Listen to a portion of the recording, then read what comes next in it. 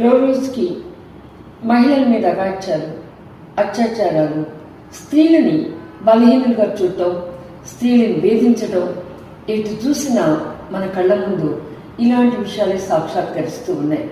ఈ రోజున సంఘటన చూస్తూ ఉంటే రైలు నుంచి ఒక స్త్రీని ఆమె గర్భిణి అని తెలిసి కూడా తన యొక్క పైచాచికత్వానికి బలి కానప్పుడు ఆమెని స్టేషన్లో తోసివేయడానికి కూడా ప్రబుద్ధుడు ఏమాత్రం కూడా వెనకాడలేదు.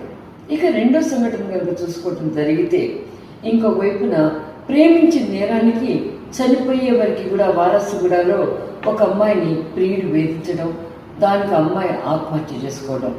ఇక ఇవి ఇలా ఉంటే ఒక మైనర్ బాలికని, ముగ్గురు మైనర్లు 9వ తరగతి చదువుతున్నటువంటి ఒక బాలికని ఆటోలో ఒక నిర్మానుష్య ప్రదేశానికి ఎక్కించుకొని పోయి మైనర్ బాలురు ఆమె మీద అగాధ్యాన్ని ముగ్గురు కలిసి చేశారంటే ఈ సమాజంలో వచ్చిన పెడదోవ.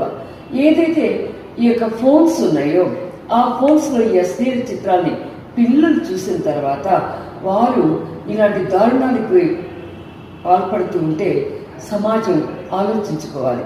కొన్ని కఠినమైన నిబంధనల్ని మనం పెట్టాలి. ఈ చిన్నపిల్లలు ఎవరైతే ఉంటారో స్టూడెంట్స్, వాళ్ళ దగ్గర ఉండే ఫోన్ల మీద కంట్రోలింగ్ సిస్టమ్ని పోలీస్ వ్యవస్థ తీసుకురావడం జరిగినప్పుడు, తల్లిదండ్రులంతా కూడా అజమాయిషి చేసినప్పుడు మాత్రమే ఇలాంటి వాటిని మనం అరికట్టగలుగుతాం. కానీ చాలా బాధాకరం, ఎటువైపు పెడుతుంది సమాజం. ఈ సమాజంలో మహిళ పరిస్థితి, చిన్నపిల్లల పరిస్థితి, బాలికల పరిస్థితి ఎంత అగమ్యగోచరంగా మారింది.